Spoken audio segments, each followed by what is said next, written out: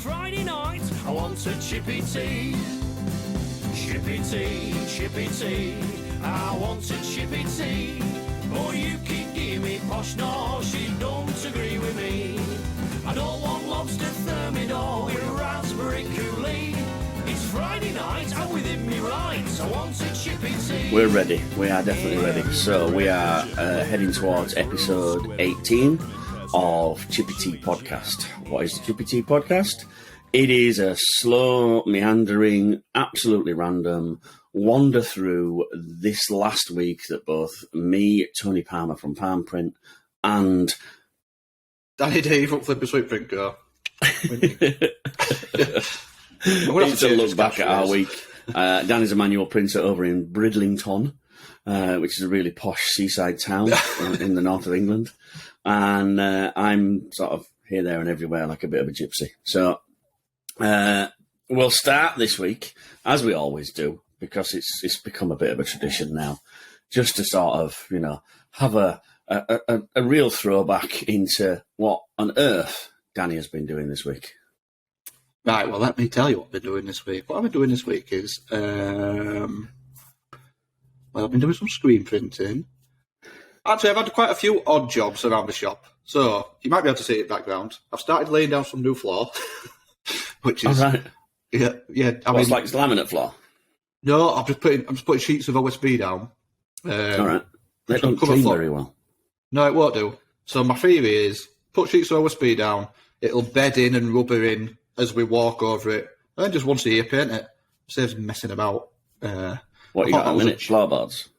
At minute, it's floorboards with, like kitchen laminate, kitchen vinyl on top. Yeah. But it don't even fit, because I used to have some worktops at the back. So the very back of the room, it's just bare wood, because I cut it when I took the worktops down. So anyway, so I put in some floor down. I mean, we are really, really busy, so it wasn't the best of ideas to start that. But I have these spare at moment ideas, and I just do it. I can't help myself. I just end up going on these little tangents, much like the podcast. Yeah. But print-wise, typical print jobs through the week, just lots of work that's not massively visually exciting to show. But I did get some nice... Yeah, bread and butter work. I got some exciting deliveries. I got some super fat film, which I had to play with. Super fat film. Okay. Which I've had to play with. I've just applied that to a few screens, and I need to give it a coat when we finish this podcast. So we'll have some show and tell next week then. So next week I'll have some show and tell. Might have some iBuild actual prints to show you. I've done 3 screens. Okay. 2 of them are going to be, well, assuming they come out okay, 2 for myself and 1 for an actual customer. So hopefully they turn out. And so what did you buy? You bought the roll? I bought a roll of super fat film, 400 micron. Is it micron? 400 micron. Oh, 400? Yeah. Okay, so you've gone for the thick stuff. Yeah. Would you have gone for 300? Yeah, only because it's so fucking difficult to push through those hills. But maybe with I don't know, maybe you've got an advantage with a manual. I mean, there has to be some, doesn't there? So maybe... There's got to be some. Maybe you've got an advantage with a manual that you can... Put a bit of elbow grease into it. It's that dry flood print, isn't it? You know, although we can program the pressers to do a dry flood print, which is flood, take a print, see it still stuck in the mesh, don't do another flood, do another print. And then it stuck in the mesh, don't do another flood, do another print. So you can keep doing multiple swipes without doing a flood in the middle. So yeah, maybe that gives you a bit of an advantage in that you can have 4 or 5 swipes at it without it flooding and moving out. So maybe you've got an advantage. Well, have I done? I'm talking like I've done this. When was the last time I did high build on a manual? I don't think I have. Oh, I have. Yeah, I did. I did some sampling. If it's I did some sampling because I foiled over the top of it as well. Oh well, funnily enough, guess what else I had a delivery of? What did you have a delivery of? Foil. Yeah. Oh right. Okay. Is this to go with the high build? Well, I've got the HD clear, so I thought might as well have a play with it. Give it a go. I think I did an Aston Martin logo to see how small we could go with a high build. Right. And it was just like a black rubber, which was, matte. And it looked nice. And I thought, what can I do to spice it up? I wonder if I can foil it. Now, the problem with foiling, obviously, is the pressure. Put too much pressure on, you squash it. But I managed to get the pressure right, and I got like a gold foil across the top of this black rubber, and it looked really, really good. Showed it to the customer, they fucking hated it. Yeah. Go figure.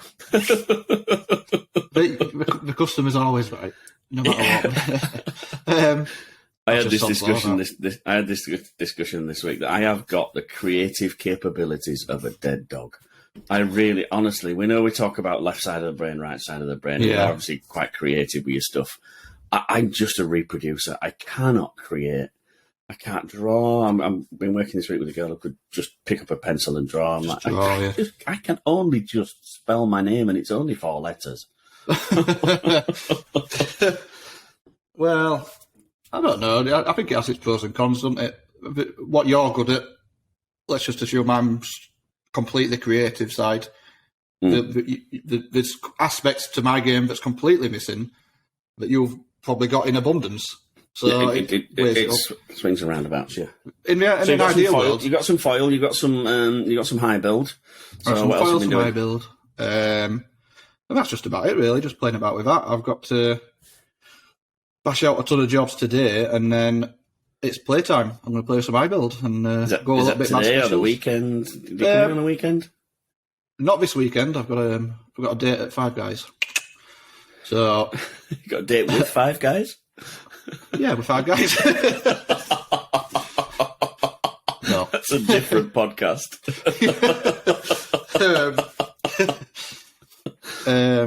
Maybe tonight I'll get to play with iBuild. Depends how when I get finished. Really, I've got a podcast with it as well. So, maybe I should apologise. So, apologies to everybody listening. I know you like to sit down on a Friday night and eat your fish and chips and listen to the Chippy Tee podcast, but today we will be bringing this podcast to you on a Saturday because we're actually recording on a Friday because Tony's got a real job apparently. So. I was going to say, I'm waiting for. I'll hold my hand up and say this is entirely my fault. We try and obviously make money. We try and. It's been 3 weeks for Christ's sake. Give me a chance. The only real opportunity both of us had was Thursday night, but I had a 5-hour drive up from Southampton. So, and I did toy with the idea of doing it while driving. Oh my God! I'm pretty sure that's a I don't think it's illegal because if you've got a mount up there, I just probably won't be looking at camera all the time. But people who are on audio, it would have been all right for that. I don't know. I'd have to look into that. Yeah, it might be like illegal, so we'll leave it. Pretty sure it is, to be honest.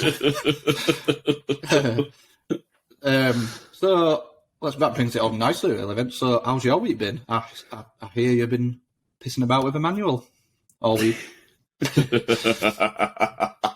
Back to my roots, yeah. First of all, fucking hats off to you. Absolutely hats off to you. How you put that shit on a daily basis, I've got no idea. This week I've been a print shop in Southampton. Newbies. I love newbies. Newbies I've got no preconceptions. No, this is how we always do it. No deprogramming to do before we reprogram. And so for me, newbies are fantastic. They come in with a complete open slate and go, right, show us how to do it. I got to pretty much all female print shop, which I'm seeing a lot more of. And quite encouraging, really, because so much cleaner and more organised than boys. Yeah. And then we've got a manual carousel, which is M&R Chameleon. It's probably one of the best sort of manual presses. Oh yeah, that's a proper press. I think it didn't have the air clamps, so with air clamps, I think the M&R Chameleon is out and out the best manual press. I would say so. It probably makes it the most expensive. Not getting one. Yeah. Do you know the price? I've got a price in my head, but I've never actually physically bought one. It's as much as a used auto. This is what, in hindsight, I wish. Really? Oh, easy. It's more than I had 10 grand in my head, but I know a second hand they fetch good money. So anything that think fetches the sort of money second hand that those sort of presses fetch, plus the like rocking horse shit, you know, the rare as.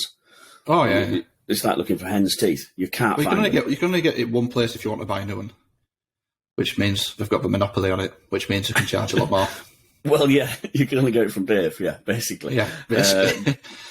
But we're way past cryptic now, by the way. Oh, yeah. That's gone out the window. It has, yeah. We've slagged so many people off.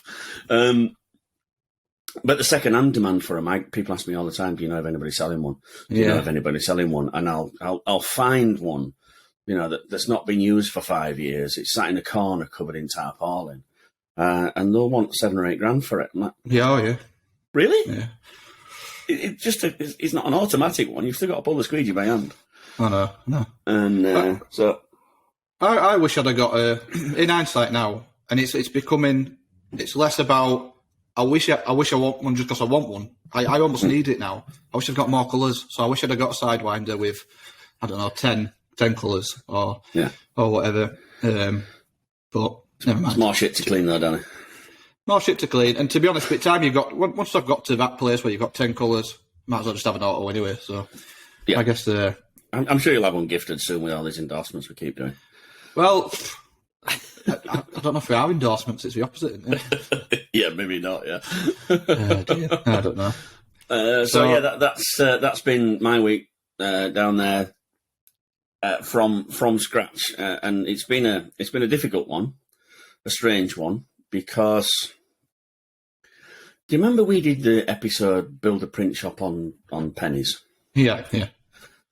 This looks like maybe 4 or 5 years ago, this guy's decided to do screen print. And we were looking at all sorts of websites, weren't we? Well, I was looking at eBay, but you were looking at all sorts of websites. Yeah. I must have got a bit. And there were lots of starter kits. Yeah. You know, Yeah. maybe it didn't include the press, or maybe it did include a little one-headed press, but it also has some not emulsion. So a varied pots of ink, some squeegees, and this place seems to be full of about 6 different starter kits. It's like somebody's gone, okay, what do we need? Oh, well, we need some of this. I tell you what, we can buy it all in one place here from this sort of... Oh, yeah. I don't want to name them, really. Because it's somewhere I don't know of, which is why that's the only reason I don't want to know them. I don't want to name them because I don't know them. Anybody else we name and slag off, endorse. Anybody else we name and endorse, I know them, so it's okay. They can ring you up and call me a knobhead. It's fine. But these people I don't know. They're really good. But lots and lots of different inks, like starter inks, relabeled. What brand of ink? Don't know, because it's got Art 2 on it. Oh, interesting. I just bought some foil from them. Was that where you bought it from? See, I've never heard of them. I've never come across them. I get the impression... They must be at the hobbyist side.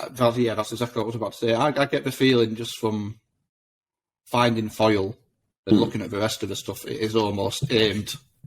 I don't think it's out of terms to say it looks like it's aimed at hobbyists and starters, from what I gather. So me and you probably won't... Us being world's best screen printers, number 1 and number 2, we won't come across this website. Let me get heads and tails. Look at coins to toss which is 1 and number 2. Well, I've already got the badge, so I'm number 1.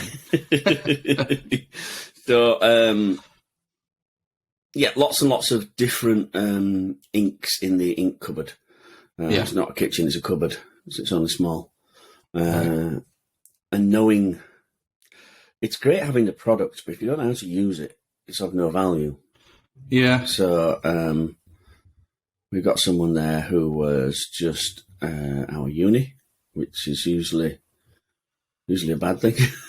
Yeah. I printed at uni. I've actually got a master's degree in visual communication, however. It's okay, it's a squeegee. Okay, which way around does this go? Rubber side down. Okay. So it's a difficult one, but I do love it. I really do love walking into a place where they're complete newbies and you've got to teach them everything. Even though they weren't complete and utter newbies. One of the girls had been there 4 years. So she's been around screen print. She's seen somebody wash a screen. She's seen somebody develop a screen. But actually knowing the technology of it, what I found a lot of, I don't know if this is prevalent in the industry or not, it probably is recipe cards or flashcards stuck on walls. Right. It's like the beginning of an SOP, a standard operating procedure. Yeah, I was just thinking the same sort of thing. It's basically a 1 to 10 list, pick up screen, hold quarter, pull to top, put screen quarter down, watch screen quarter, done. Yeah. So, on one hand, I like the idea that somebody's gone to the trouble of formulating a method. Yeah. But screen print is it's more than just a method. You have to understand why you've picked the quarter up that way, what both sides of the quarter do. There's only one side of the quarter, if anybody asks. But yeah, I agree. What the pink stuff is that you're pouring in the trough. What is it? What does it do? Yeah. How does it work? What do you mean it's in an emulsion? What, like Dulux that I put on the wall, soft grey? No, not that kind of emulsion, a different kind of emulsion. It's sensitive to light. Oh, right, so I can't mix it outside in car park? No. It's inside in the dark. Oh, well, the red bulb There's a feel as well. There's a feel as well. I mean, a 1 to 10 list of do this. It breaks down as soon as you put your quarter to the screen, because when you go up, there's a feel which you can't really replicate until you've got the experience, and you just get the gist of it. Which is probably why video SOP or whatever standard operating procedures is a better way of doing it, because at least you can verbally communicate and you can hear it. You can hear that. I like the idea of the QR code and the link to a little video, a little 30-second video of how to do it. Yeah, I like that idea. It's a really, really, really simple way of keeping that technique, that method alive. Certainly when I go to bigger places, like the big sportswear places, they have them on the wall, but they are a series of still pictures with a description at the side. And I've seen quite a few of those, but they are really boring, usually outdated because we don't have that anymore. The guy that did it looks like he wants to be a supermodel.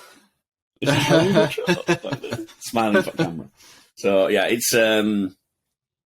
I like the idea, but it needs to be done properly. If it's not done properly, you might as well not bother.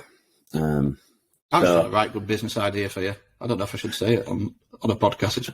It's great. We've come up with about 4 so far, and we haven't done out with them, so go for it. What you want to do is, right, Tony's QR codes. You make the videos and then sell the QR codes, and you can just send them out as stickers, and then they scan it. It goes to Tony's library of how-tos. Absolutely, and it's a great idea. And this last couple of weeks where I've been doing nothing, normally a good friend of mine down in Nottingham, John Potter at MHM, has a full press set up. He's got the spider running. He's got an auto coater, and he's got all the gear in his showroom. And this last 3 weeks, I'm like, oh, okay, that's what I'm going to do. I'm going to nip down there, spend the day doing little short 30-second videos that people can link to on YouTube. It'd be awesome. So I ring John up. He sold everything. Oh, no, you're kidding. I was just about to... He'll have it back again in a couple of weeks. 2 or 3 weeks, maybe 6 weeks. There's always one coming in, but, if it sits in the showroom and somebody wants it... All right, I'm with you. I got panic on him. I thought you were saying it's sold up. I thought you were going to say he's gone. No, he's just sold everything that's in the showroom. It's fast moving, so it's moved and gone. So I'm like, oh, damn. So what have you got in that I can play with? Nothing at the minute. It's all in crates, ready to go out. Bloody spider. One of those spider screens. I was just about to say how much I really love and admire MHM's, John.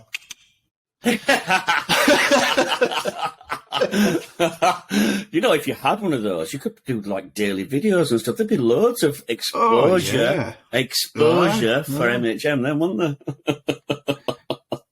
It's funny though. It's like it's funny we can draw back to what we've just spoke about the sidewinders. You have the exact same problem on the used market. Can't find them. MHMs rarely come up on the used market, and that's probably for a very good reason. Because they're good. They're good shit. Top quality straight away. Presses. Yeah. They hold the value. I was really surprised. I know someone who bought a used one, and when they told me what they paid for it, I'm like, really? Yeah. But I know it's like 10-year-old. Yeah, but it works perfectly. Yeah. Oh, right, okay. And you still get that for it? Wow. That's great. So it's good that they hold the value, because anything that holds its value, like any car that holds its value, it usually means it's either good or in demand. So are used autos much akin to used cars in terms of modern cars are very digital nowadays? Modern presses are also digitally controlled. Whereas if you go back to a mechanical car, you can fix it yourself, and if there's any little things you can, tinker about and get it right. A used auto's the same.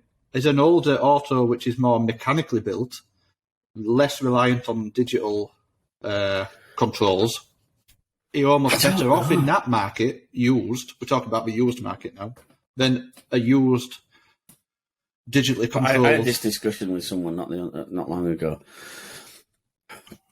Automatic presses.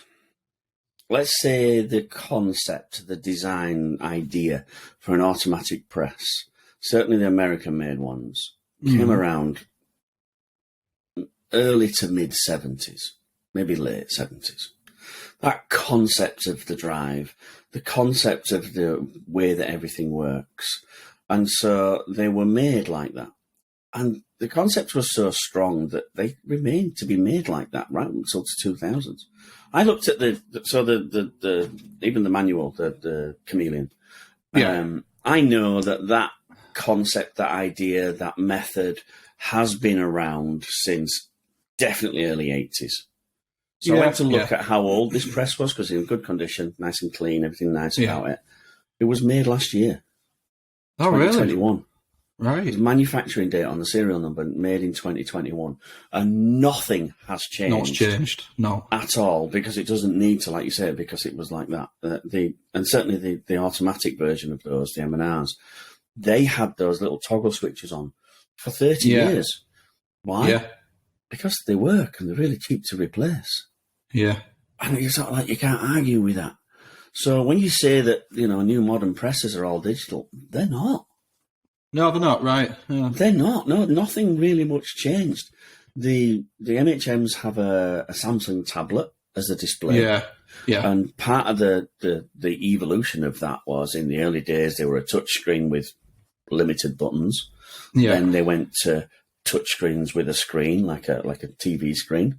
Yeah. But each one of these manufacturers pretty soon went out of business.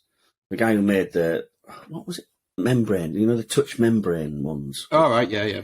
With keypad membranes. Yeah. So they seemed fantastic when they came out, sort of like early 90s, and then all of a sudden it's like, we don't make these anymore. Why? Everybody's going touchscreen. Well, we need to do these. We'll replace it with a touchscreen then. Touchscreen manufacturer came out, cost a fortune, and all of a sudden it's like, do you know what? Everybody's using these really smooth touchscreens now. Yeah. So we're going out of business. So MHM, I think quite rightly, took the decision to use the actual Samsung tablet that you buy on the internet to power the whole thing by Bluetooth, rather than buying a specific screen that either could A, break, or B, go out of fashion. Because I imagine it's just a Samsung tablet with Android software preloaded. Yeah, it's just worst case scenario, you put your finger through it and you just go buy another Samsung tablet and stick some software on it, I guess. Put your finger through, it's not really... I mean, they're quite strong. I was joking a little bit when I said that. No, I know, but the main things that happen to them, that can happen to any sort of device, battery blows up, or you fire someone. They smash it. No, they don't smash it. I had this happen in Leeds. What do they do? Go around and put the four number pin lock. You lock your screen. Change it all. Oh, dear. went round every machine, put his own code in and fucked off. What did you do? Now, the most important question here is, what did you do to that employee to cause him to retaliate in such a fashion? Oh, you fired him. Oh, is that it? You fired him, and on his way out, he's sort of like saying goodbye to his mates, but just let me just have a look at this. Like, beep, beep, beep. Engage, screen lock. Dip, dip, dip, dip, done. Let me have a look at yours. Engage, screen lock. Bye. I once went on a night out in Newcastle and got absolutely tipsy. And we was in this bar, and in this bar, it was like full of individual karaoke booths. And I was in this bar a little bit tipsy, and I put my hand through one thinking it were a toilet desperate for a wee. And it was full of 3 rather good-looking young ladies who recognised that I've got Elvis on my arm. I've got an Elvis tattoo. And they pulled me in, because we were doing Elvis on karaoke. And anyway, I spent night with these 3 ladies doing Elvis karaoke, getting a little bit tipsy. And one of them, somehow, I think I'd just split up with a girl. And I think she'd messaged me, and one of his girls was like, give me your phone here. She put my PIN code in wrong 10 times. So it locked me out. So I went middle of Newcastle. I've already lost my mates. I can't open my phone to ring anybody to tell them where I am. And I spent night in Newcastle walking up and down the river. I couldn't remember where my hotel was. And basically I got lost. Anyway, yeah, so that was a slight tangent. But basically, the PIN code. I had no idea where that was going. I was ready to jump in at least 3 times, ready to jump in and censor that. Because when you said you'd spent the night with 3 ladies, I'm like, whoa, where are we going with this one, Danny? Karaoke. But yeah, very similar thing. When the screen locks, we're screwed. Got a feeling. That's got to go down as the best tangent you've ever disappeared off on. That's what I'm here for. It was so good, I didn't want to bring you back. So, where were we? Oh, yeah. So, the modern pressers. Yeah. In all honesty, across the board, they've not really changed much. No. The design of them and certainly the mechanical process of them hasn't changed much. There are different models that do different things, but usually the different models are different expense. There's an entry level, there's a middle range, and then there's a spaceship. And even the spaceship hasn't changed much. See, it's funny because the only reason I sort of drew that comparison is because it was a couple of years ago, I was talking to somebody to buy an auto, and that was the selling point that they gave me. So this auto, I think you might even remember, I actually showed you a picture and said, is this auto really worth this much? Because it seemed expensive. And I think you agreed with me, it was actually a bit expensive. That's a couple of years ago, isn't it? It was a couple of years ago, but the selling point, or not the selling point, but a selling point that was presented to me was, I know it's an older M&R, but because it's more mechanical compared to the newer, more electronic, more digital versions, if there's anything goes wrong, you can easily, fix it and stuff like that. So that's why it was presented to me by a salesperson as an advantage. I think that's the drive system. In the beginning, I had a Challenger and a Gauntlet, and the drive system was, we'll use the word basic. I don't want to slag anybody off, things change all the time, but the drive system was basically engage a pin, move the pin on a hydraulic shaft, not even pneumatic, it was hydraulic, I think. Right. Move the pin on the shaft and know where to stop by hitting a shock absorber. All right. So basically, every print had an impact like that. Right. And that was the sort of like the early 90s method of moving things.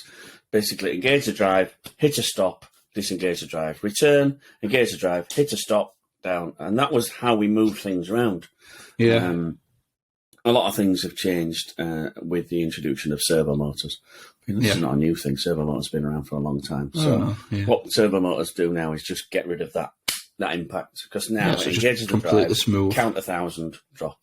Return 1,000, engage the drive, count 1,000, drop. So that's the real main difference between the machines. And I think the one that you were looking at was that old Impact one. Yeah. Which meant that, yes, one of the selling points was if you've got an Imperial socket set, you can fix anything on that. Right, all right. Because there's not a lot to go wrong. There's a motor, a shock absorber, which you can get anywhere. A motor you can get anywhere. Some bearings and a Geneva drive, and that's basically it. Nothing else can go wrong with it. The only downside to it was everything was 32ths and 64ths for the Imperial measurement. Inches. Yeah, but I work in inches, so it's all right. It's not. But you've got a European press, haven't you? No, but just in general in life. Oh, I thought you went in fingers, to be fair. No. No, inches. I don't know, I've always done it. Probably because I dropped out of school, so I never learned correct. 1970. 1971. I know. So, here's a question for you. Having spent a week on a manual, how did you find registering on a manual compared to an auto? I do wonder. Oh, you're getting good at this. You know exactly what I think about registration on a manual. Oh, My God, you have to be telepathic. You have to, or time travel. You have to jump forward in time to know what it's done and then jump back to make sure you don't do it again. I honestly, I've worked on lots of different manuals, and M&M is the best that I've found.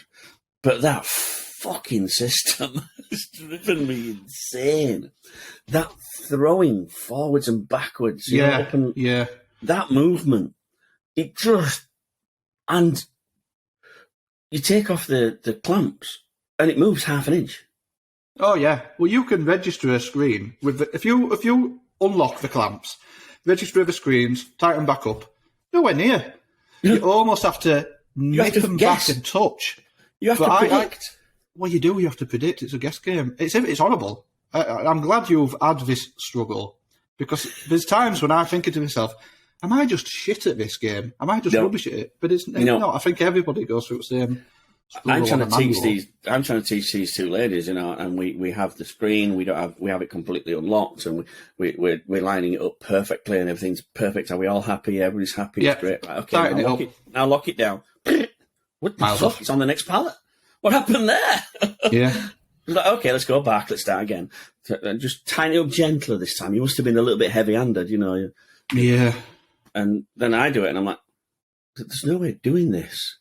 Okay, when we loosen the clamps at the back, let's not do it quarter of a turn. Let's do it about 3 mil, just enough so it moves, and then it doesn't move, and then it all moves at once. What's going on with this bloody thing? Yeah, it drove me insane. And I can remember, it did throw me back to the early days of a Precision Oval. Precision Oval was fully hydraulic, no pneumatic on it whatsoever. Yeah. All the squeegees were in one bar, which moved at the same speed.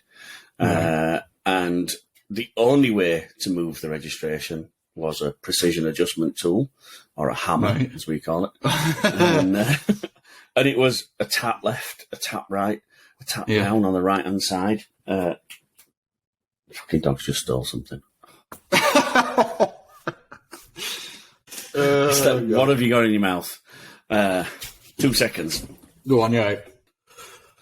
The registration system on these on the old Precisions was, tap, tap, tap, tap, tap, tap, and you build it. It's good for you because you get to understand how you can do that. But then when you progress and you get an auto with these fancy side clamps and everything seems great, and you're like, hang on, it's probably more accurate for me to tap the fucker than use these. Yeah. And I actually ended up teaching that to these ladies. That okay, this is what we do, and all right, it wants to go.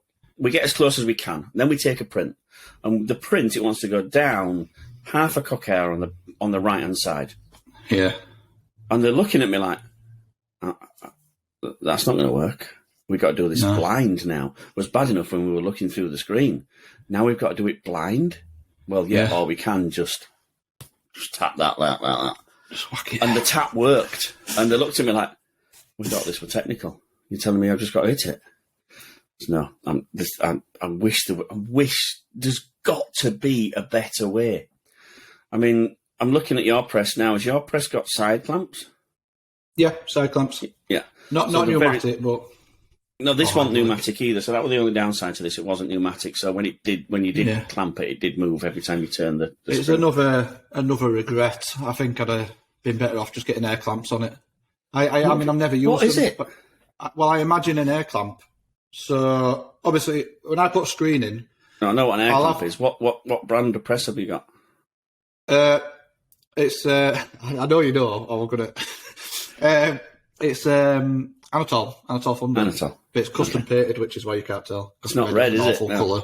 Bloody red.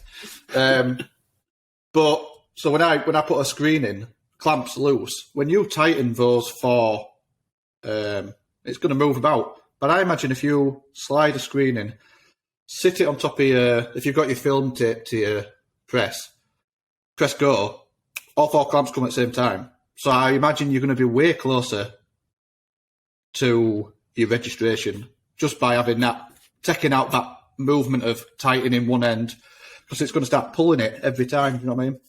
So if you can hold your screen in place, tap, done. Yeah, so you still get a jump when you flick the switch to put the clamp down. I imagine it reduces on M&Rs, the two winders are joined by a bar. Yeah. That bar is to stop you putting one winder down and it twisting the screen. So, somebody's thought about it, and it does work to stop so we've got more of a vice-like grip. And then eventually, because in the beginning it was just one that we'd screwed down in all four corners, and we had to do opposite corners to stop it from twisting. Now we just do both sides, and it clamps like a vice, which is better. And then they put an air piston on that, so that it's the same thing, but it clamps down. Yeah. And then eventually we got to the newer machines. So the new M&Rs still have that exact same system. Yeah, yeah. And almost the same. In fact, it is. They have the same free-floating registration system. It's just instead of at the back, it's at the front. Yeah. So to move on an M&R auto, you release the back clamp. Again, a lot of people don't know that you've got to release the back clamp.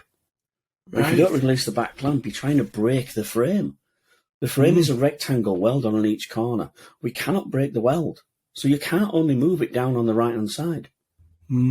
It has to twist as if it's pivoted either in the centre or at the top. Or somebody told me a really good example, like a window wiper blade. Oh, who told you that? So they all move in an arc, like a window wiper blade. This fucking dog. What's doing this now? Postman. He likes postman. He likes to bring the post. Oh, sorry then. Saves you a job. I'm saying that. Okay, post is for him, to Jack. Oh my god. No wonder he likes him. Brings him stuff. The new pressers, the auto pressers, still have that basic concept of that moving plate, that floating plate at the front that you take off the two clamps, which moves it a little, and then you slide it up and down like that, and then clamp it back up again, in which case it moves again. So, you know I like a certain kind of press. Yeah. So the only press that I've worked on in all the years that doesn't employ that technique is the MHM.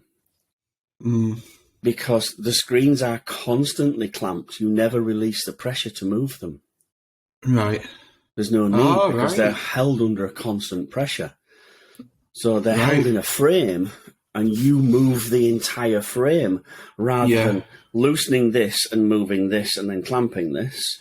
You actually, the whole frame is designed to float and move inside where it is. That makes so much sense. I guess that is one of the biggest issues of registering on most presses. It is that releasing and unreleasing the tension. Yeah. Because you release it. So, in every manual, I've had two manuals. Every experience I've had with my two manuals and other manuals that I've used, you almost have to do something which seems counterproductive. You don't slacken it off or you're slacking it off very little. So you're forcing it to twist into place, which can't be good. It can't be good for press. You're introducing excessive wear and tear compared to what really you should be, I imagine. It's not just the wear and tear. So if we make these proper movements rather than cat's cock air, or as everybody in America calls it, a cunt air. Right. Everyone? Yeah, all the girls, definitely. Shout out to On Site and to Lancaster Print House who've taught me that word. Thank you very much. And said it as such a normal thing. I'm like, whoa, I dropped the C-bomb. So now you know why we can't get sponsors, Tony. We need an R rating. So yeah, the problem with that is you look at your design, it wants to move 1 mil. You know that just unclamping and reclamping can move it 0.5 mil. Yeah. So either you get good at guessing that 0.5 mil, so you either move it 1.5, knowing that it's going to come back 0.5, or you move it 0.5, knowing it's going to jump forward 0.5. So you either get good at that prediction, that Martin McFly thing. You don't. Or you do what you said. You move it 1 mil under tension. You don't release the clamp, because releasing the clamp causes you such a fucking nightmare. You just leave it alone. So we move it under tension. Yeah. And you manage to move it exactly 1 mil. Awesome. You're the best. Superb. You take 3 prints. Now the tension's catching up. It's under force. It's under tension. So slowly the next print starts to rebuild that tension that you put in, and you get that creep of 0.5 mil. Yeah. So you think, fuck, it's moved out. How's it moved out? So again, you now don't want to release that tension, because if you do, it's going to move the full 2 fucking mil. So you bring it back 0.5 mil under tension, and you get it spot on. You think you're great. You give yourself a little, I'm the world's best screen printer badge. Everybody's happy. And then another 3 prints later, it starts to catch up with the tension again. Like, I give in. It's horrible. It's annoying as all. Somebody I'm glad else you said this, because it's not just me. It's not just you. No, I'm crap as well. No, it made me, honestly, I messaged you and went, what the fuck do we do with this? How do you put up with this every day? And I have been out of manual printing for that long. I think the last one I used was a Vastex, and that had a similar system, but it didn't seem to drop the off contact by 4 feet every time you time you undo the main clips that held everything in. Well, I think that's another thing as well. When it comes to manual, I would say this is at least an advantage for an auto. An auto, your screens are always parallel to the pallet. On a manual, they're like that. Yeah. Like that. You actually have that adjustment. That throw adjustment is there. Yeah, you do. You do, because you have to have it. Otherwise. And when I looked at that adjustment, I'm like, why have we got that adjustment? What's that for? And the girls asked me the question, what's that for? Well, that lifts just the front of the screen up. It tilts it. Why would I want to lift just the front of the screen up? Oh, so I can get an off-contact peel. All right, okay, all right, I'm all right with that. So you set it and you're like, well, that's not going to work. No. And if I change it mid-print, fucking move it off. Change my edge. It's annoying. So we went from tees to sweats, and so we got everything right on this tee. It looked lovely. We did this sweatshirt print, and she said to me, from everything you've told me, Tony, do I need to lift the screen up because it's sweatshirts? I went, yes, you do, but we're not going to. No, because you don't want to throw it off. Why? Because we've just spent an hour getting the registration, so there's no way I'm going to let you turn that little thing there that I know is going to throw out a reg, because we're not going back down that hole again. So what you'll be through this week, last weekend, I mean, I've done this multiple times over the years, but last weekend I had a 6-colour job on press, and I suspect one of the screens, when it came to pre-reg, I got it wrong. I got it slightly off. I don't think I had it as accurate as the rest. So when I registered, I literally spent the entire weekend, and I'm not joking, all Saturday, all Sunday, trying to register a 6-colour job. And by end of that weekend, I was like, I'm not a screen printer. Forget it. I can't do it. At this. I'm just shit at this job. I felt real down on myself. And anyway, I got it. I actually went back to, so John sepped it for me. I went back to John and I asked John to expand one of the colours to give me a little bit more leeway in registering. and I got the job done on Monday, and it turned out great in the end. Yeah. But that was 2 days of registering. That's disgusting. You've got more patience than I have. After that first afternoon, I'd have been taking Stanley knives to everything. Yeah, I ain't got a choice, however. But I'd have been going DTG. Yeah. I'd just become an embroiderer or something. But it's not often I have that much hassle. But any multicolour job can take an hour or two.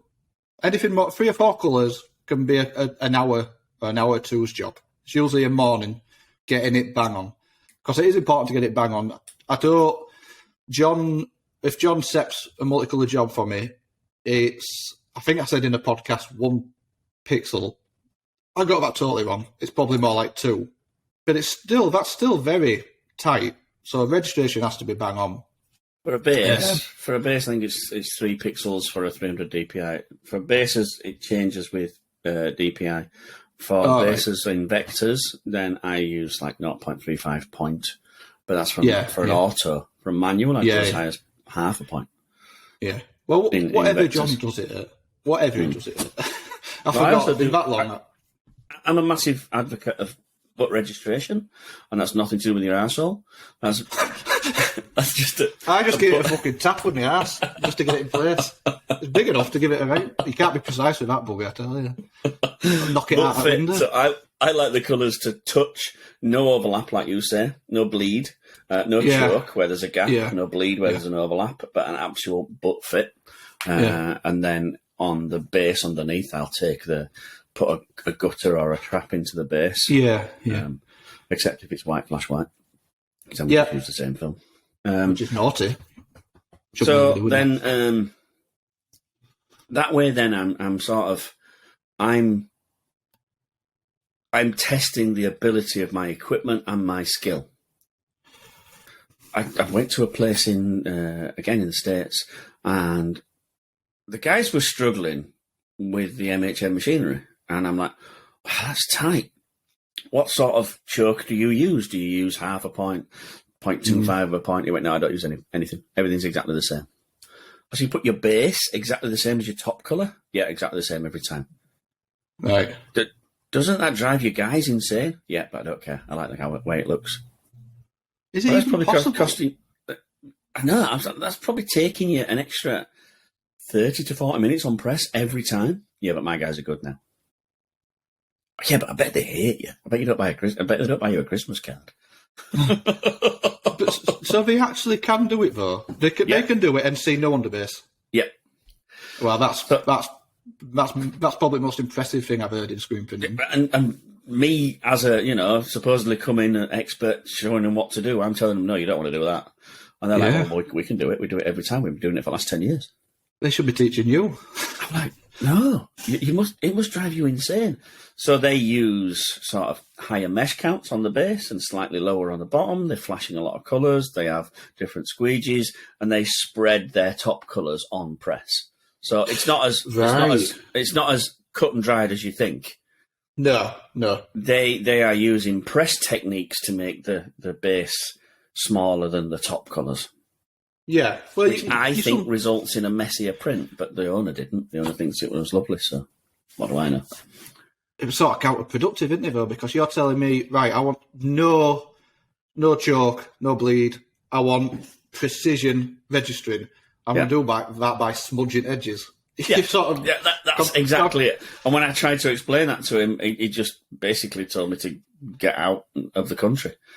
Well, as long as you got paid, it's all that matters, isn't it? So I'm like, okay, well, look, I'm going to explain everything that I mean, and so you understand it. And I'll do a little study, and we studied that, each press setup was taking on average an hour and a half. So if you use my technique, we can get that time down to maybe 40 minutes, which means across the number of jobs that you do per day, you'd actually be saving X amount of dollars. Yeah. No, not interested. We do it my way. Okay, fine. Okay. As long as you know that, I can save you X amount of dollars per week, and you don't want to take that. Fine, that's up to you. That's your problem. No worries. Can't teach you no dog new tricks. No, it goes back to walking into the shop you've just been in, completely blank slate. Totally teachable, totally open to everything. Yeah, I love day, those kind of visits. You don't have to deprogram before you reprogram. You just tell them the basic facts. And again, it's something that I probably didn't know I did, but in the back of my mind, it brought it to me. They mentioned it as well. I don't teach a method. I teach a theory. Yeah. And I hope that you're intelligent enough to come up with a method that fits the theory. Yeah, that's right. Yeah. So the 10 steps on the cupboard on how to pick up a coating trough and put it in there. No, I'm going to show you exactly what each side does. I'm going to teach you what happens with the emulsion. I'm going to show you why you want to use this sort of pressure and that sort of pressure.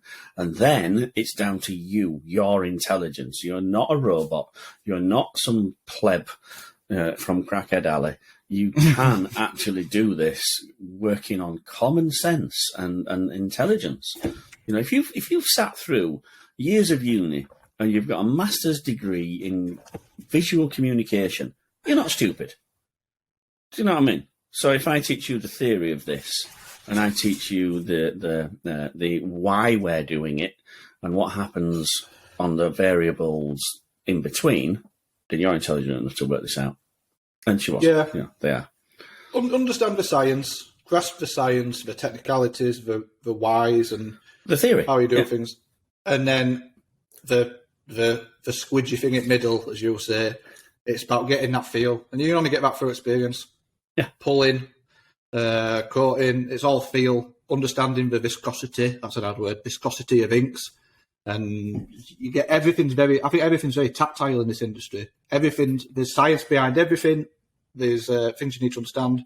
But ultimately, I guess on a manual anyway, it's knowing, it's very touchy-feely. When you get the whole thing, you get it. It comes together. The whole thing about a manual is whenever you're using it, you're constantly thinking, I should have bought an auto.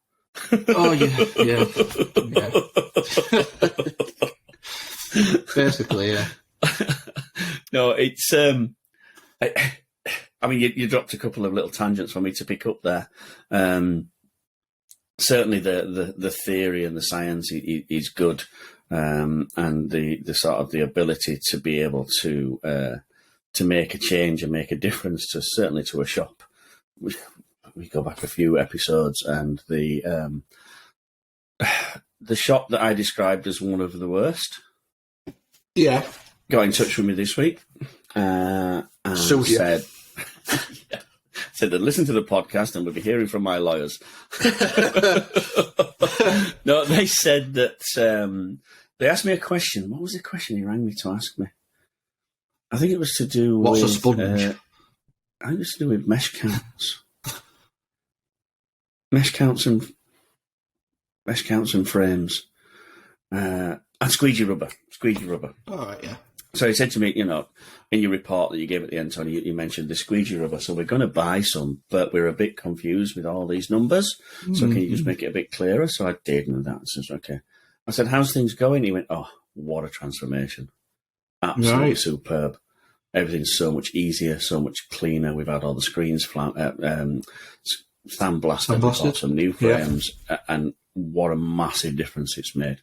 I'm like, oh, that's why we do this job. That's what it's like. Did you originally come away from that job feeling a little bit deflated? Yes. Yeah, I think I seem to recall that. So it's nice to know, even those jobs, you walk away, maybe you feel a little bit deflated at the time, but you have actually made a difference. And it's only going to... I think you said at the time that it must be nice for you to go back and find out. And, and I'm willing to go back and visit that shop without actually charging for it. Just go back and call in and go, yeah, actually, this is nice. Yeah. So I know they've bought some stuff. I know they've listened. I know they're improving. And I know their lives are being made easier, which basically I describe my job as trying to make printers' lives easier. Because it's freaking hard enough as it is. Certainly if you're on a manual with that sort of registration, it goes like that. Yeah, it's difficult. It's I think there's... I mean, we said a little earlier that, like the sidewinder, there's no need to change it. I think there is. I think there's got to be a better system we can put together, even on a manual, for registering. Because, like you say, the window wiper registration, the releasing pressure and then tightening it back up, it don't work, does it really? If we're honest, it don't work. It's up to us to bodge it. And scarp. You know what I mean? We bodge it until it does work. We're bodging a system that doesn't work when we've got to bodge it because it don't work. Anyway, we've done this to death now. Moving on. Sharp pointy squeegee blades. What's all that about, Tony? Oh, did you see it? Them things. So what's just that about then? So if you do look on the squeegee suppliers' websites, the profile that we use has a certain name, a profile. I think it's either G9 or G6. So like a sort of rectangular profile. And it's what we've all come and known to love. But, you know, there are loads of different profiles. Absolutely loads for different applications. When I first started, we had 3 distinct profiles. We had the square, which we called sharp. Yeah. We had the half rounded and sharp on one side. Right. So it's a half semicircle and a sharp. And then we had the full D blade, or the bull nose, as people call it, or maybe they just called me that, I don't know. They called the bull nose, which was a fully round squeegee. And when we filled our technical data sheets in at the end of the job, we had to write down and notate what squeegee we used in that order. So a 10-colour job had not only mesh, colour order, whether you flashed it or not, Pantone colour, all these things were dictated, but then also the angle and which blade did you use. Because if we were going to try and do a repeat job, there's no way we could get the same result with 2 different blade types. So we had to, and if we changed the colour order, we got a different colour. So we would write down and notate these different blades. There was only really 3. So we've got soft, medium, and hard. Those were the 3. And then we've got sharp, half-rounded, and round. So these variations are huge. Then we throw in the curveball. Those all were also used for the flood. So the flood wasn't metal. The flood was a separate blade. So I could have a half-round, so half-round flood, round print. I could have sharp, half round, all these different connotations, and then we throw in the soft, medium, and hard as well. And the variables were huge. Yeah. And all these little changes made massive differences to the print. Certainly we were running like 10, 20, 30, 40,000 of a Disney character. And if we changed that half round for a sharp, sort of like every night we clean everything up so it was water-based and then put it back in again. We had to know that we're not putting the sharp in where we had a half round before, otherwise the colour's different. Totally, and these garments get hung next to each other, and if you've got one that's printed with a sharp blade and one that's printed with a half round blade, it looks different shade, and they'll pull you up on it. Yeah. So I've got two points that have come from that, much like you've just done a minute ago. 2 points, and I'm going to try not to forget them. First I forgot mine while I was talking to you. I know. This is what happens. Someone come to me and then I'm like, just go. Oh, look, a butterfly. So it's funny. I must have read this somewhere a couple of days ago, doing my research on high build. Something that was mentioned was using a rounded blade. Or the roller, the Newman rollers. If you're struggling to get the ink through the mesh to release, use a rounded blade. So maybe, I've not got any. I've not even got any of your Newman rollers or anything like that. But if I really, really struggle, maybe I'll give it a go. The other point, which I don't want to forget, so I've just made a little upgrade to my process in my shop. I'm going to show and tell. I said I didn't have any show and tell, but I've just realised I have. We've got test roll now. Where's the end? Test roll. Is it cotton or vinyl? Is it non-woven? I haven't got a clue, Tony. I've got a clue. Can you rip it? Yeah, you can rip it. I use a blade, but you could rip it if you really wanted to. So it's like black embroidery backing. Yeah, it is actually, because we used to have an embroiderer in back, and it's basically the same stuff. And I've got a black and a white one. No, it seems fine. I did have that concern, but it seems fine. Okay. So I've got an upgrade to my process. So obviously, it's a hell of a lot easier to test, print, and register having basically unlimited test rags, as opposed to a box full of old T-shirts that have got 17 prints on inside and outside. Yeah, which your mum says, they'll be worth something one day, them, you know. Oh, the amount of times. Anyway, yeah, I can't get made around that. Unlimited test prints, yeah.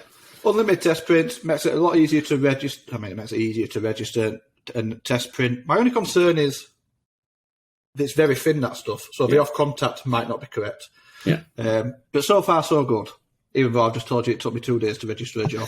So far, so good. But maybe it takes you longer now because you've got an unlimited supply of test prints. Whereas before you had to make a decision because you've only got one test print and it has to be good on that. So you'll get it as you go. We joke about that, but there are plenty of jobs where I'm like, I'm running out of test rags here. I'm just going to have to run with it and hope to God I have got it right. And it happens.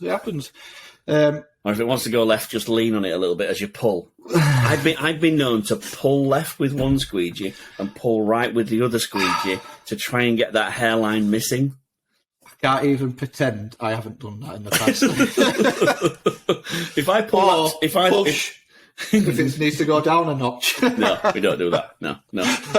We stand in the middle of the press and pull. We're that devoted to never pushing a squeegee. I'll stand in the middle of the press and pull it towards me.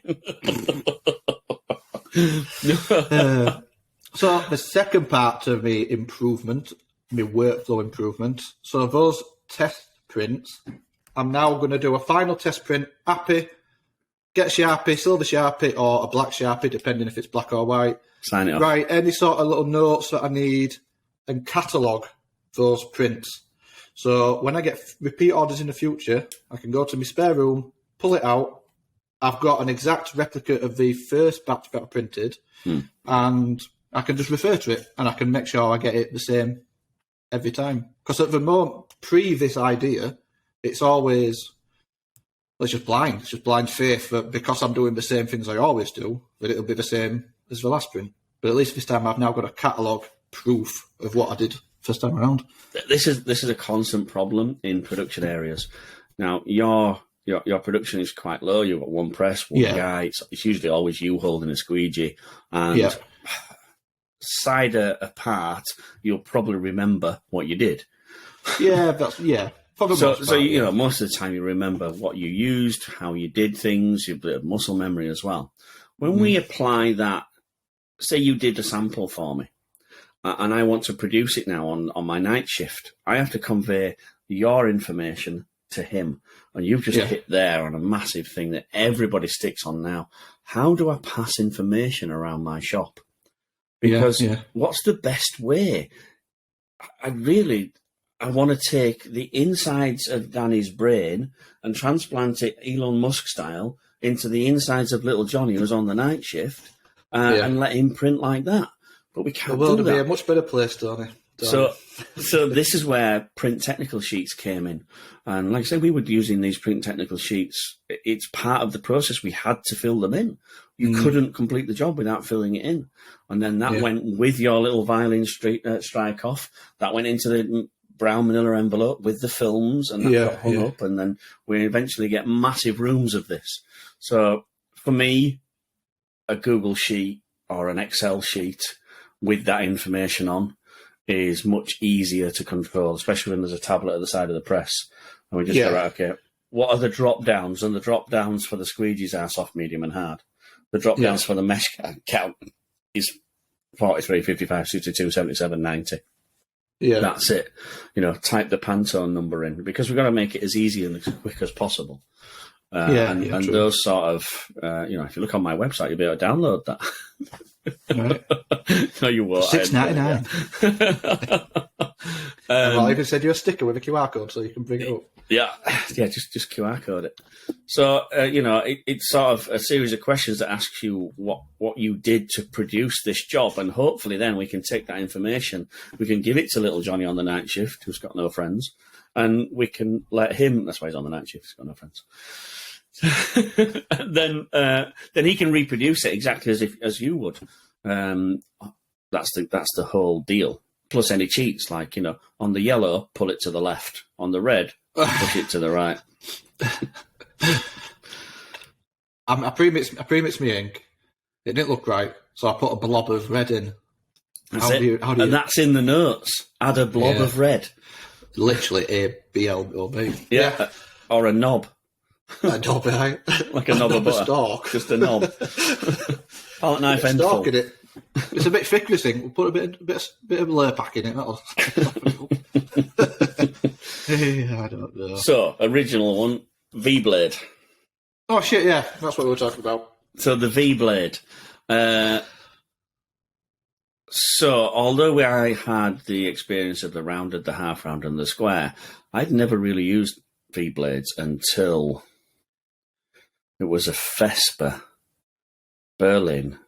MHM was showing this $1 million machine, which was a DTG, and it printed both sides of an oval. Awesome bridge machine. And the guys who've been doing all the work on it, they wanted to reproduce the digital white process of when DTG white is printed, it's sprayed. Yeah. So there's no pressure. We don't push it into the fabric or into the fibre. It's just sprayed. Yeah. So they wanted to reproduce that using their white ink, a squeegee and a screen. And so they started using this V-blade, which has been used in ceramics and paper and really sort of like smooth surfaces. Right. So I looked at it and went, well, that's not going to fucking work. And I poo-pooed it straight away. I swapped it for a soft one. That didn't work. So I put the V-blade back in and go, okay, yeah, you were right. I were wrong. It does work. So it produces a much sharper, so it's more detailed. Puts way less ink down. It's almost like that angle. So this leading edge here is set. Yeah. So no matter how much angle we use on the squeegee setting, it's set.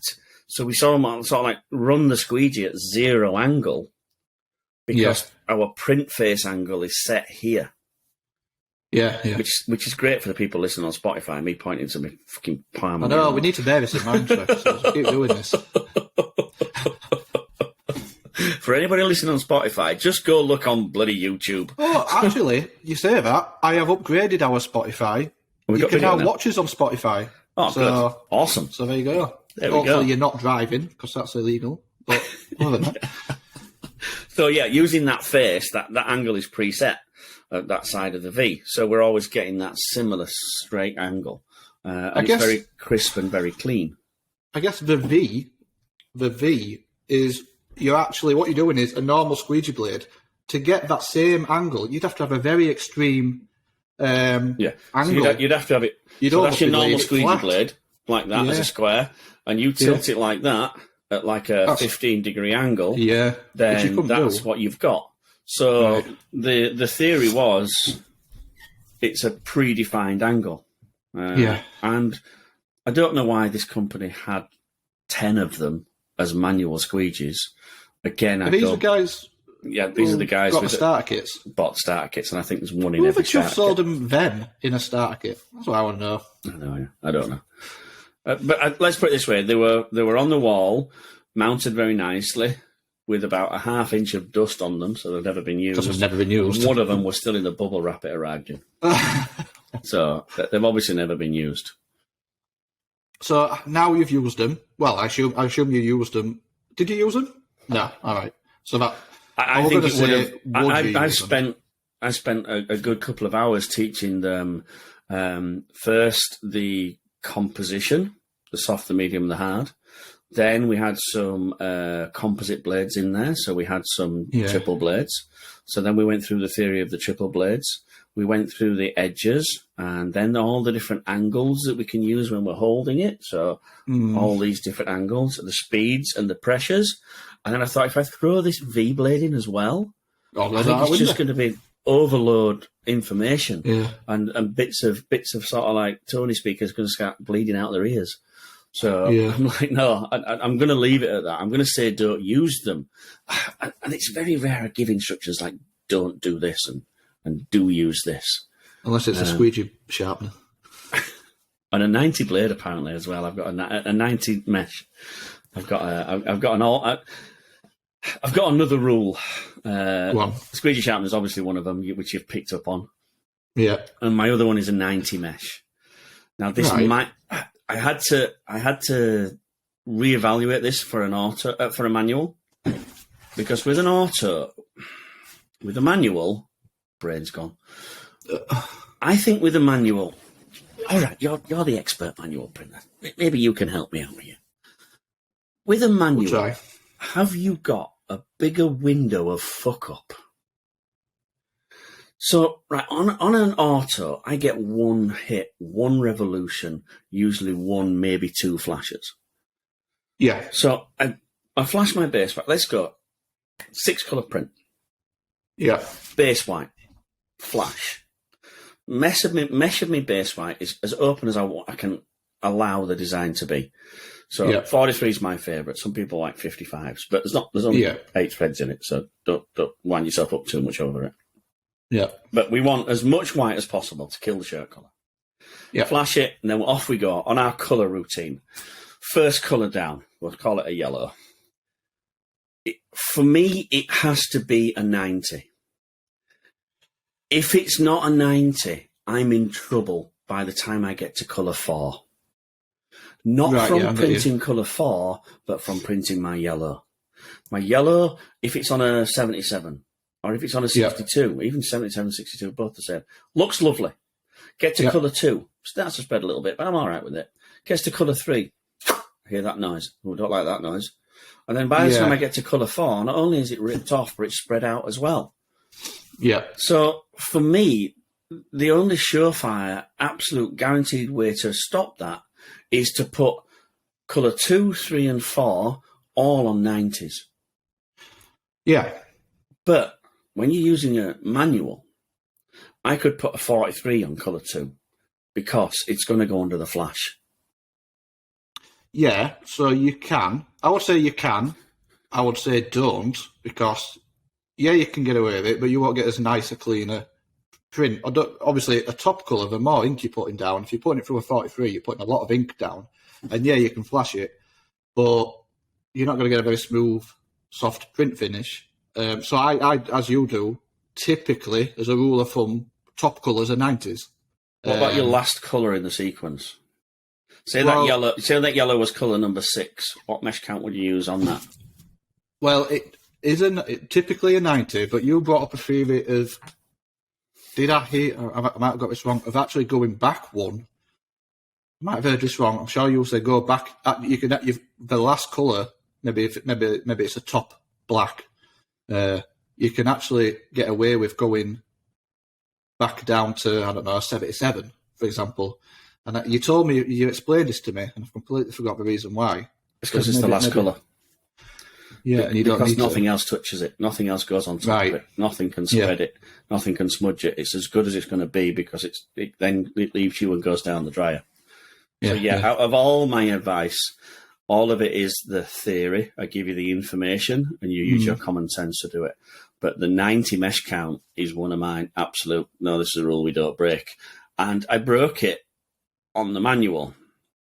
Yeah. The reason was the shop didn't have any 90s.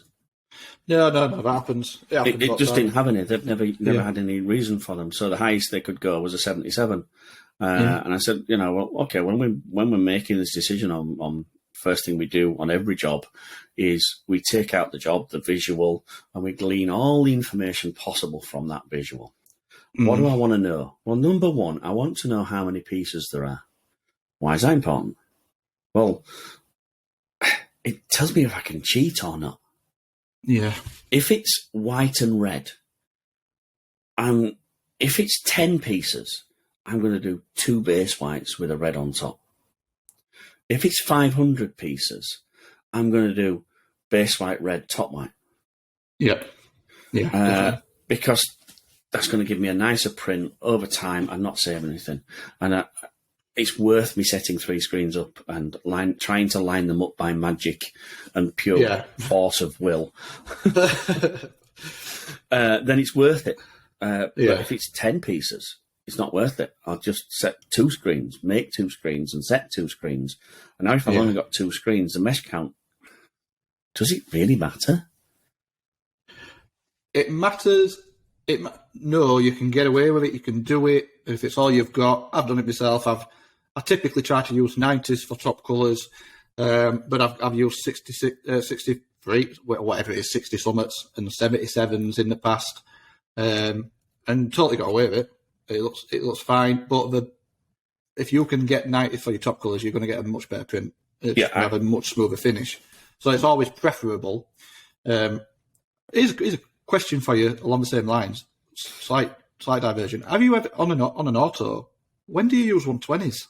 When do you ever jump up that high? Or do you? So the 120s were around for the CMYK. Originally, we had this discussion when you were doing CMYKs. The default screen was a 120, and that was it, done. Right. Since then, I think 70% of printers have realised that actually the level of quality, the level of detail that we're using is not really that high. So we don't need that high a mesh. We can get what we need on a 90. Then what we have then is those multicolour. Let's say we go 10 colours. And the first 3 colours are quite light in quite small areas. Then I would probably use a 120 for those.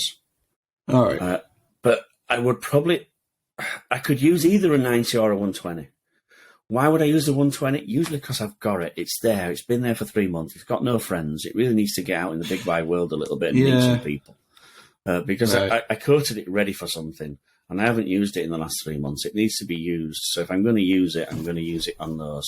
And so for me, the 120s are a good substitute for a 90.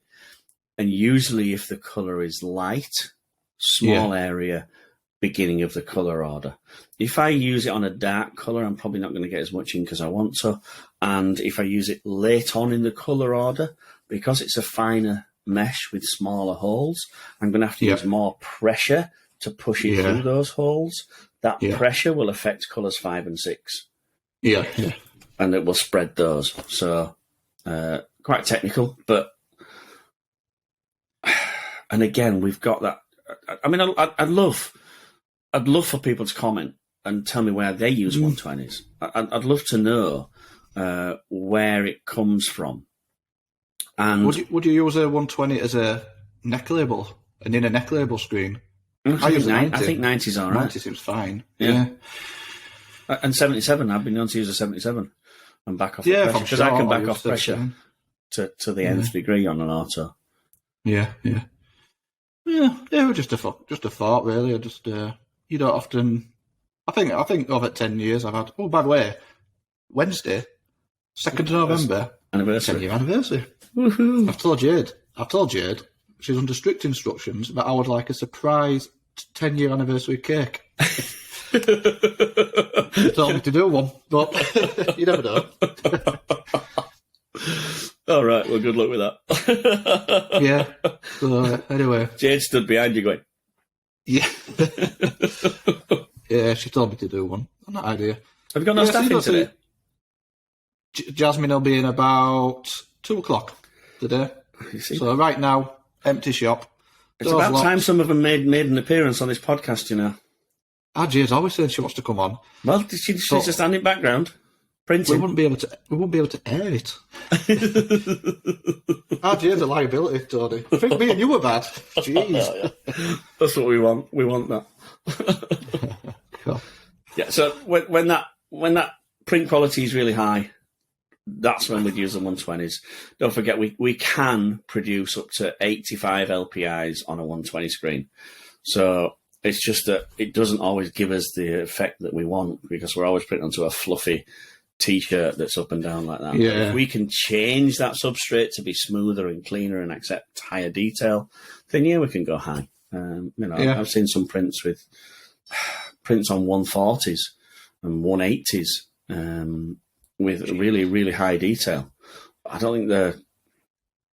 That must be for flat stop printing, surely. No, on T-shirts. But I don't think it's commercial. Wow. So it looks fantastic, and it's really sort of visually impressive. But is it commercial? Because don't forget, although we love what we do, we're here to make money out of it. So unless it's commercial, unless we can make money out of it, we're not going to piss about with it, quite simply. No, you have to find that balance between creative, quality, I want to make this look as best as I can, but also at the same time I've got to make a living out of it. So you find that balance. And in an ideal world, everybody plays with 180 screens and high build and all these fancy effects, and it costs us a fortune and you don't make a business out of it. So you have to come back down a bit. You have to get back to reality and just print what's commercially acceptable. Commercially acceptable. There you go. I've taught you a new phrase. Tony's phrase. So you had a nice little video sent to you from a listener, and they asked a question so that we don't have to come up with one. Can you remember what question is? No. Shit. Well, that's good. Well, yes, I can. Yeah, it was from a listener that's always getting involved, and it was, what are we using? It follows on from the white, which I think we should have the next 5 minutes on the white, but don't let it disappear. All right, let's touch on that. It was following on from the contribution that we had last week, which absolute massive big thank you to everybody that sent us in a video. It was great to hear everybody's opinion. And it was along those lines of reclaim. Yeah. So cleaners and reclaim. I, again, had this discussion this week of the cleaners and reclaim that are around are getting greener and getting more dolphin and turtle friendly. Yep. But they're also getting worse. They don't actually clean. Yeah. They do protect the environment perfectly, but they don't work very well. They're not quite as effective, are they? No. So we would like to know which green, environmentally friendly cleaners our listener is using. Is that what he said? Is that what he said? No, I don't think it was necessarily green. It said green. Hang on, why don't turtles we play and dolphins. Right, maybe. Let me just. You know what? Let's see if we can find it, because this is going to be awesome listening. Whilst me and you were having this little search, I will play the clip over the top of the episode. Perhaps we'll play this clip over the episode, and then we'll look back at it. And I found him. Have you got him? Because I found him. Let's see if this picks up. Can you hear this, Tony? I've got another question. Right, hang fire then. I'm going to hold it to the screen, see if you can see it. I'm going to play it. Oh, there's a picture of my tea. Don't want that. Hello, Chippy Tea. You're from neatprint back here. I've got another question. What is everyone's favourite on-press screen cleaner? I quite like this Franmar one. It's not too smelly. Seems to do the job. Yeah, okay. Let's hear it. What's everyone's favourite on-press screen cleaner? Right, on-press screen printer, not necessarily green, but obviously if you bang into your dolphins, that would be preferable. No, I think we'll find you're banging to dolphins. I nearly said something then. Same words, just slightly rearranged, but I'm not going to say it. So we'll throw the question. We'll throw this question open to our listeners again. We went through the white, which was really, really interesting. We loved it. Absolutely fantastic. Thanks for all your input. And we'd like to know what we're using to clean up with. What on-press cleaner. It doesn't have to have green credentials. Obviously, it's better for the turtles and dolphins if it does.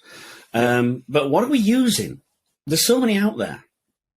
Lots of different ones. I recently had an episode over in the States where the chemical was fantastic, but it made everybody's lips swell up We're like, really? Bloody hell. It can't be that. Well, we've stopped using it and then nobody's got blown up lips anymore. All right, okay. So, what are we using now? What are we using? What are we using for cleaning? On press, screen cleaning. In the early days, I used cellulose thinners. And yesterday, I opened a bottle at this place in Southampton which said high-strength screen cleaner, and it was cellulose thinners. It's still around. Is anybody out there still using raw cellulose? Or have we mixed? Have we changed completely and gone to reprocessed soybeans, which are brown and smelly and good for your skin but don't clean ink off? Where are we? So, again, nice little 10-second video. Send it to me or Danny. Exactly what are we using to clean up with? Are we nipping to B&Q and buying white spirit? Are we nipping down to Crackhead Alley and stealing the methylated spirits out of the cold, dead hands? What are we using to clean with? What is your favourite cleaner? We're not endorsed. We're not sponsored. We just want to know. We're just really nosy. Send us a little video clip, either to me or to Danny, and let us know, what are you using to clean up with? Yes, please. What are you using, Tony? Jif. Jif. They stopped selling cellulose thinners when Jeffrey Dahmer got locked up. Because I used it yesterday. And right. I mean, I think you've got rubber top pallets on yours, have you? Yeah. So this press I was using yesterday was only made in 2021. So it's brand new, spanking clean. But all the pallets have got a print on them. Every single one of the pallets have got a print on them. And so I thought, we'll clean those off because they don't use pallet paper. So I'm going to introduce pallet paper and we'll use pallet paper. And so I started to clean one. It wouldn't come off. It would not come off. Oh, yeah. Once I've never found out that would clean it. Oh, well, I found some now. There forever. Cellulose thinners. Right. Cellulose thinners cleans it off. So I was sat there scrubbing. I'm like, why is there a different print on every one? There's 6 of them. And they've all got different prints on. So yeah, the guy that was here before said that's what we do to set up. We take a print on the pallet and then we set up to that. Oh, I said, well, there's a little bit of truth in that, but put some fucking paper down first. Yeah. So now we can't clean it off. So I spent like half an hour scrubbing the pallets and we did get them clean with, and I tried everything that I found. One of the bottles labelled up screen cleaner. It looked like a bottle of Blue Wicked. And I thought, I had a sniff of it. I'm like, maybe. Start to use it, and my fingers started to tingle a little bit. I'm like, I have another sniff of that. Oh, it's familiar. What? Is it a spirit? It's stencil strip. I'm trying to clean the solvent off with stencil strip. That went in the bin. Bloody hell. My fingers are still throbbing. I thought you were going to say window wiper wash or something like that. It would have been probably better. Yeah. So, what are you using to clean with? I go back and forth all the time at the moment because I've been shopping with our mate at the Egyptians. Sponsorship deal. I've been using K3 from, I can't remember what brand it is, but K3 screen cleaner. And my process, I've boiled it down to as simplistic as possible. When I finish with my screens on press, I clean all the ink out on press. So I use my rags or I use blue roll and I rag out all the ink, and especially in the mesh, I make sure the mesh is clear with K3. So no screen leaves that press unless it is absolutely clean. And then it goes downstairs, sit it in the dip tank. I can't remember what chemical I use. It's Easy Solve 10 something or other, whatever. So it's an Easy Way product. Easy Way product, 201, sips in a dip tank. 701, is it? Yeah, 701. That strips me emulsion, blast it out, and then I'm now using SR30 from CCI to just finish the process of getting rid of any stains, and it's a 2-in-1, so it will it will prep your mesh ready to be coated again. So that's me. That's what I'm using right now at this moment in time. Okay, so that's a perfect example of what we want. The 3-way, what you're using on press, what you're using in your dip tank, and what you're using to get your stains off. Good. And if you don't want to share that sensitive information, just say Jif, Fairy Liquid, and Domestos. I'll tell you what works quite well. I must admit, actually, I do have a bottle of acetone on side, and what I use that for, I use that to clean the frame.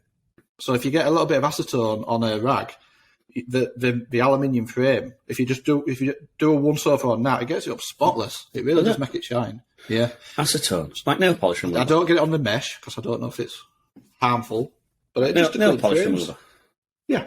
Yeah. All right. Okay. Good. I don't know why I just do it. I just always have. Just something I discovered alongside baby wipes. Yeah. They're typically quite close to each other in shops. That's why. So, so we threw the question out last week for what was the best white. Probably 2 weeks ago now. Yeah. Maybe 1 week, 2 weeks. We threw it out 2 weeks ago. We played it last week. Yeah. So we played it last week, and we got some fantastic interaction from you guys. Thank you very much. And what do you think, Danny? I was impressed by how far I can't do it. How far that gets about. That looks like the M from Magna. That was it. I'm very impressed. We can say the answer now because it's been aired. But when we do it, we're no spoilers this time. So everybody's watched it, and we know that we came out with an absolute clear winner. And the clear winner was Magna Aquaflex V2 High Solid Acrylic. Now, you could say it's a biased poll because the kind of people that listen to this podcast have already found the benefits of it, or you could say that it's quite a broad sweep because we got some people that still like to kill turtles and dolphins. We got some of those. We got one guy on your side, I think.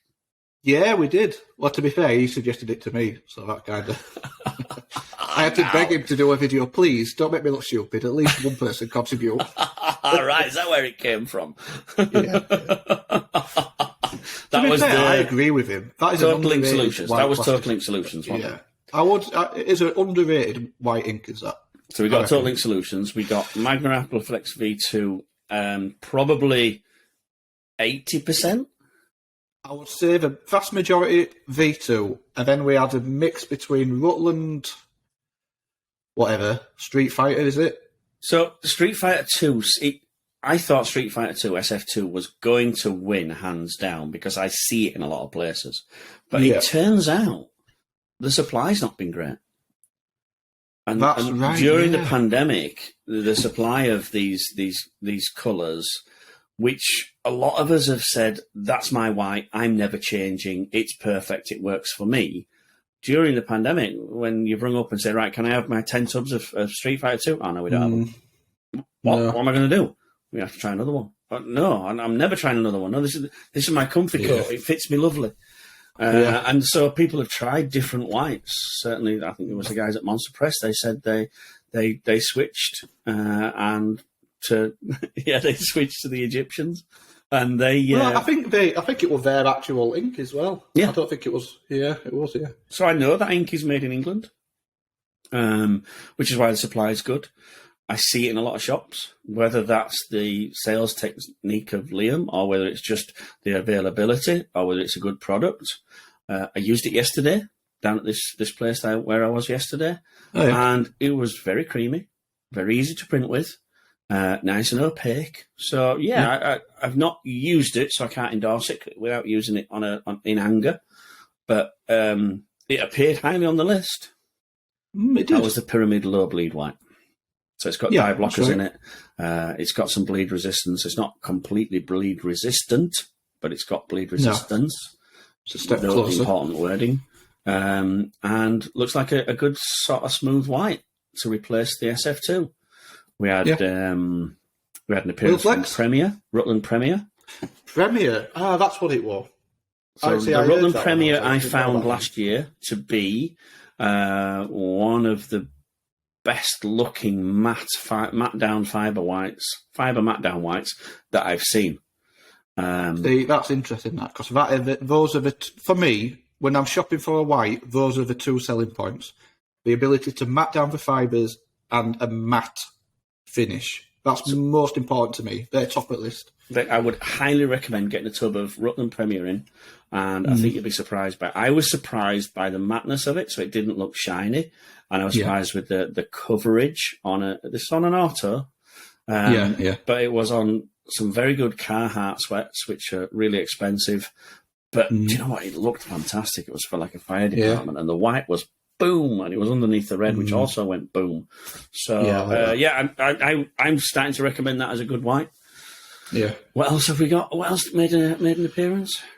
Somebody was mixing Wilflex soft base with, or what was it? No, it was fashion base with Wilflex, whatever their white is. I forget super all bright. I think it names. was super bright white. Oh, Super bright with fashion base. Yeah. What percentage we don't know, but anyway, they were mixing it, and they said that produced pretty good results. so that's something you do. You put an additive into your white to make it softer, don't you?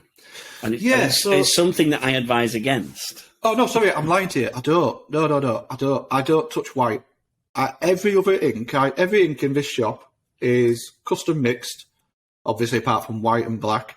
And I use a little bit of puff and a little bit of reducer to achieve a matter print finish and a softer print finish. Yeah. Every ink. And I always, now the amount of reducer I use goes by feel. Because every colour will mix with a slightly different viscosity, if that's a word. Yeah.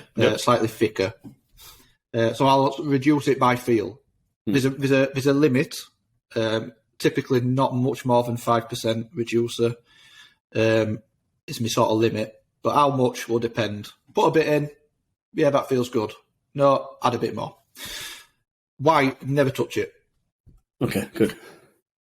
I think this you'll find this Premier's already got a sort of a mix of those already in, Kind of already pre-done. which is one of the reasons I say don't touch it. If they can put something in there that is cheap and reduces the amount of white and expensive chemicals they put in, they will. So usually it's ready to use straight out of the tub. And I think it was Dave Kelly. He said that he puts fashion base in there, which is going to make it more printable. So it's just like a soft base. Yeah. But massive disclaimer: it does make the ink weaker. Yeah, I was surprised that anybody was adding additives to white. I'm not going to knock it because I've not tried it, but it sort of goes against what I know. You want your white as opaque as possible, and additives are only going to reduce that. That's it in a nutshell. Yeah, couldn't have said it better myself. Yeah. Well, there you go. So yeah, That must be learning. I think we had a good mix of different whites. One thing that did stand out was there was a big supply problem, and that supply problem forced people to change their habits and maybe find a product that they'd in the past dismissed, but now love. So it's like a divorce and remarriage in some cases. They've said goodbye to their old partner and found a new hot Puerto Rican wife. So yeah, I think that's awesome. Who can blame them? So again, thanks for the input. We found it really good, really interesting. Even the Pinot Grigio. Thanks, Victoria. I started watching that. I was like, what are you on about? Jordan says, it's my daughter. Oh, now I get it. I wanted to do a shop at work first. I was like, I don't recognise this person. So, this next one we want you to get in touch with, without me having to bully anybody this time, hopefully. Not going to happen. No, it's not. You're going to have to spend a day on phone them. We will, make sure you change your numbers next Wednesday. I don't think I'm working Wednesday. Oh, that's handy. Let's do a flipping sweet anniversary special. A Wednesday, yeah. But it would be nice to do an episode on a Wednesday. Let's have a beer. On a Wednesday, let's have a beer. Sounds like a good idea. Yeah, I think we should have a virtual beer. A virtual, yeah. Oh, right. So, here's an option. I see where you're going with this story. You led me on to that. You sat there and waited. I picked it up. I'm picking up what you're putting down, Tony. How about a live episode? Who would like to get involved with the episode? Jump on YouTube. We'll do a live episode. It'll be a disaster. We probably will get sued multiple times. Let's have a beer. Me and V and the rest of yous. Just for the record, Tony P. for the record, I don't think this is a good idea. I think this is a fantastic idea. But yeah. Let's jump on, have a chin wag about screen printing, have a beer, and let's see how it goes. That's what we're thinking about on some sort of on a school night as well. So a Wednesday night. Wednesday night. We want to sit down, start recording a YouTube live video, 3 or 4 beers in, and get as many people in as we possibly can. Let's have a virtual screen print piss up room. Yeah, that's the plan. Right, so we'll make that. That's it. Done deal. After this episode, we'll work out best time to start. We'll chuck it out there on socials, and we'll see you all Wednesday. Let's wreck the fucking place. No, maybe not. See what I mean? It's not going to be a good. This can't go well, can it? Right. So I think with the review of the whites, with the new question on what are we using to clean up with, and the slow meandering chat that we've just had throughout our last week's, although I do think I've sort of hijacked a little bit, but that's because I haven't been working for 3 weeks. So yeah, my then all remains is for us to say thank you very much for joining, for listening. We do appreciate everything. If you like what you hear, why wouldn't you? Obviously. But if you like what you hear and what you see, then tell your friends, tell anybody who's a screen printer, get them subscribed, leave us some comments. Have we got any comments this week, Danny? I haven't looked. Oh, I haven't looked. Let's have a quick look. Dead quick. YouTube. Where are we? Only one.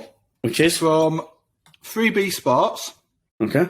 Is that somebody you've worked with, or is it just a not that I know random?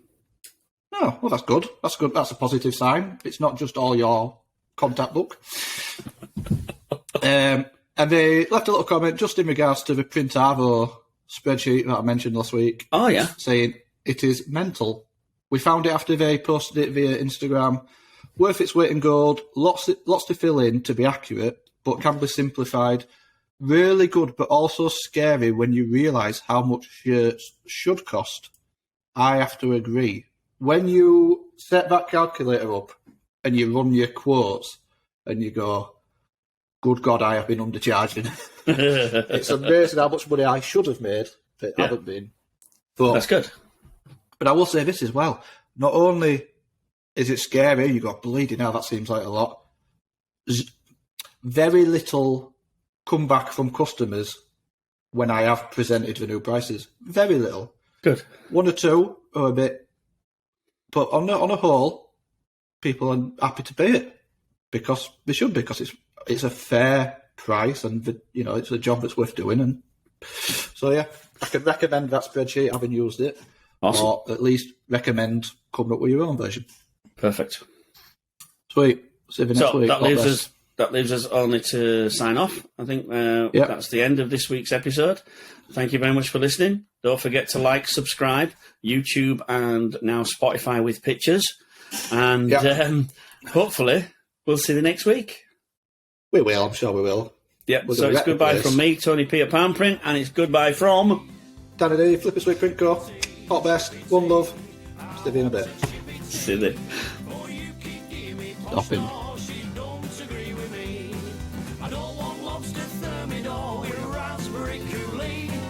Friday night, I'm within me rights. I want a Chippy Tea.